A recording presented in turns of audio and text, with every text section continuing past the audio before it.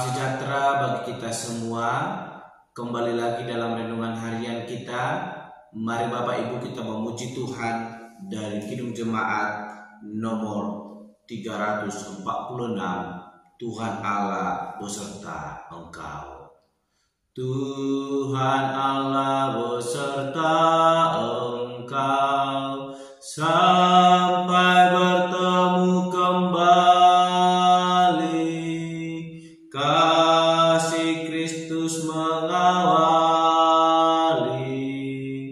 Tuhan Allah beserta engkau sampai bertemu, sampai lagi kita bertemu, sampai bertemu,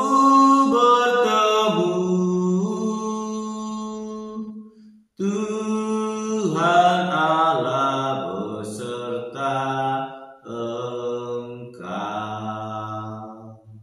Amin. Mari Bapak Ibu kita membuka Alkitab kita dari kitab Hagai pasal yang pertama ayat 1 sampai dengan yang ke-15. Demikianlah firman Tuhan dengan berikut ajakan untuk membangun kembali bait suci.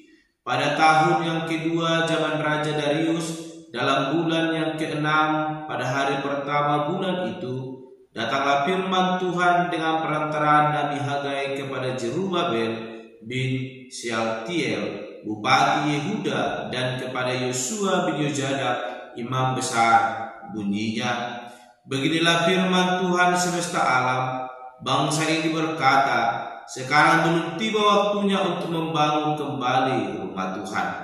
Maka datanglah firman Tuhan dengan perantaraan Nabi Hagai, bunyinya, apakah sudah tiba waktunya bagi kamu untuk mendiami rumah-rumahmu yang dipapani dengan baik, sedang rumah ini tetap menjadi reruntuhan? Oleh sebab itu, beginilah firman Tuhan semesta alam, perhatikanlah keadaanmu. Kamu menabur banyak tetapi membawa pulang hasil sedikit. Kamu makan tetapi tidak sampai kenyang. Kamu minum tetapi tidak sampai puas. Kamu berpakaian tetapi badanmu tidak sampai panas. Dan orang yang bekerja untuk upah, ia bekerja untuk upah yang ditaruh dalam pundi-pundi yang berlubang. Beginilah firman Tuhan semesta alam, perhatikanlah keadaanmu. Jadi naiklah ke gunung, bawalah kayu dan bangunlah rumah itu, maka aku akan berkenan kepadanya dan akan menyatakan kemuliaanku di situ, firman Tuhan. Kamu mengharapkan banyak tetapi hasilnya sedikit, dan ketika kamu membawanya ke rumah, aku menghembuskannya. Oleh karena apa? Demikianlah firman Tuhan semesta alam, oleh karena rumahku yang tetap menjadi reruntuhan, sedang kamu masing-masing sibuk dengan urusan rumahnya sendiri. Itulah sebabnya langit menahan embunnya dan bumi menahan hasilnya. Dan aku memanggil kekeringan datang ke atas negeri, ke atas gunung-gunung, ke atas gandum, ke atas anggur, ke atas minyak, ke atas segala yang dihasilkan tanah, ke atas manusia dan hewan, dan ke atas segala hasil usaha. Lalu Jerubabel bin Shealtiel dan Yosua bin Yozadak, imam besar, dan selebihnya dari bangsa itu mendengar suara Tuhan Allah mereka dan juga perkataan Nabi Hagai sesuai dengan apa yang disuruhkan kepadanya oleh Tuhan Allah mereka. Lalu takutlah bangsa itu kepada Tuhan. Maka berkatalah Hagai utusan Tuhan itu menurut pesan Tuhan kepada bangsa itu demikian, aku ini menyertai kamu, demikianlah firman Tuhan. Tuhan menggerakkan semangat Jerubabel bin Shealtiel, Bupati Yehuda, dan semangat Yosua bin Yozadak, imam besar, dan semangat selebihnya dari bangsa itu. Maka datanglah mereka lalu melakukan pekerjaan pembangunan rumah Tuhan semesta alam Allah mereka. Pada hari yang ke-24 dalam bulan yang ke-6, pada tahun yang kedua zaman Raja Darius. Amin. Bapak Ibu saling terkasih, dalam nama Tuhan Yesus Kristus kita kembali merenungkan firman Tuhan, dan saya memberikan tema bagi kita yaitu terhubung selalu dengan Tuhan. Sekali lagi, terhubung selalu dengan Tuhan. Bapak Ibu saudara terkasih, dalam nama Tuhan Yesus Kristus, kita kembali merenungkan firman Tuhan. Ini berbicara kembali tentang kisah pembangunan bait suci pada masa Nabi Hagai yang memberi pembelajaran tentang makna hidup yang senantiasa selalu terhubung dengan Tuhan. Kita memperhatikan di ayat 1 sampai dengan ayat kedua bagaimana bangsa yang kembali dari tanah pembuangan kembali ke Yerusalem, dan bagaimana seruan untuk pembangunan bait suci diserukan. Namun dalam zaman Hagai, bangsa itu, umat yang kembali ke dalam Yerusalem, mereka menolak untuk kembali membangun bait suci Allah, di mana mereka berkata di ayatnya yang pertama bahkan sampai dengan ayatnya yang kedua dan keempat, mereka menolak untuk boleh kembali membangun bait suci Tuhan. Di mana Bapak Ibu yang terkasih, yang kedua dikatakan, beginilah firman Tuhan semesta alam. Bangsa ini berkata, sekarang belum tiba waktunya untuk membangun kembali rumah Tuhan. Hal itu boleh dikatakan oleh bangsa itu karena mereka merasa memperhatikan diri sendiri itu lebih cukup daripada kembali berpengharapan kepada Tuhan, melupakan apa yang Tuhan pesankan, apa yang Tuhan perintahkan kepada mereka setelah kembali dari pembuangan. Dan hal ini membuat Tuhan menyatakan kemuliaannya kepada mereka.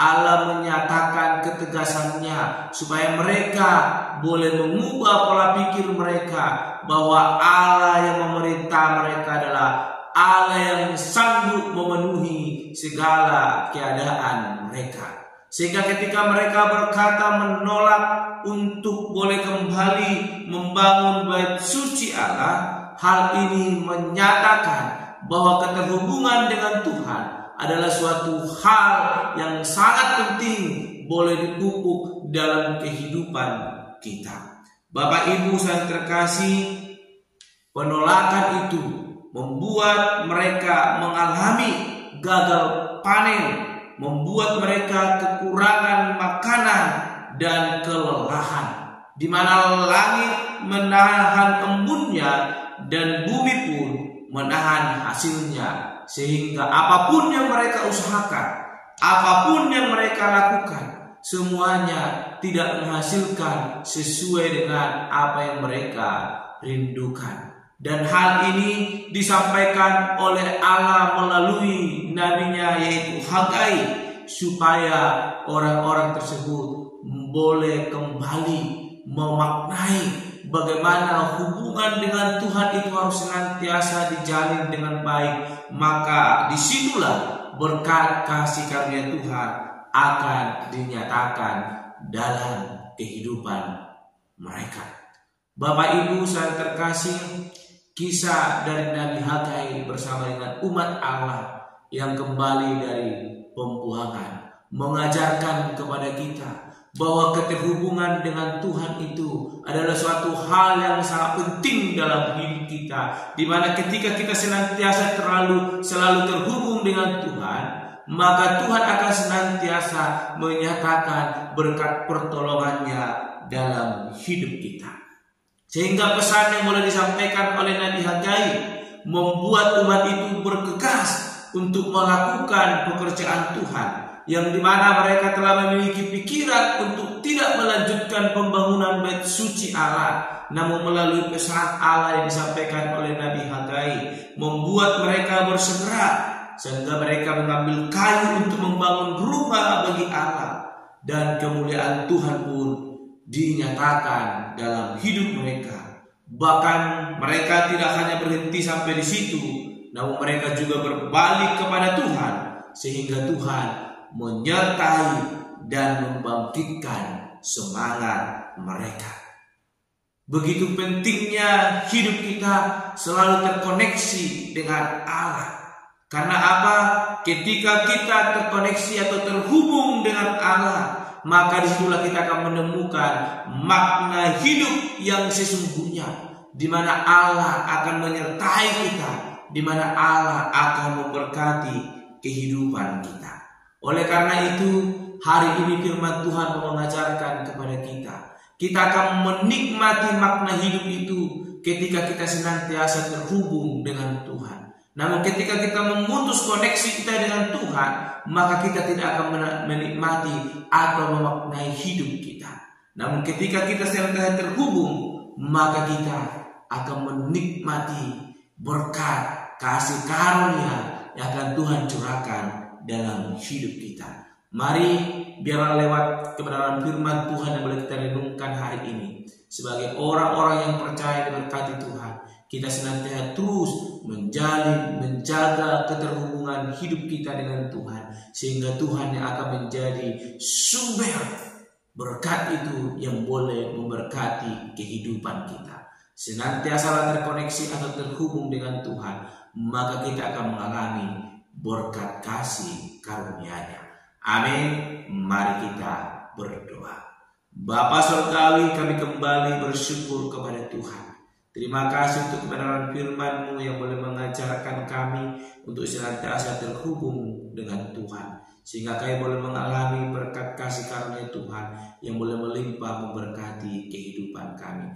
Ajar kami Bapa, agar kami semakin sungguh-sungguh menjaga bahkan memupuk kehidupan kami semakin terhubung dengan Tuhan. Terpuji termulia Engkau ya Tuhan. Di dalam nama Tuhan Yesus Kristus kami berdoa dan menuntut renungan pada hari ini.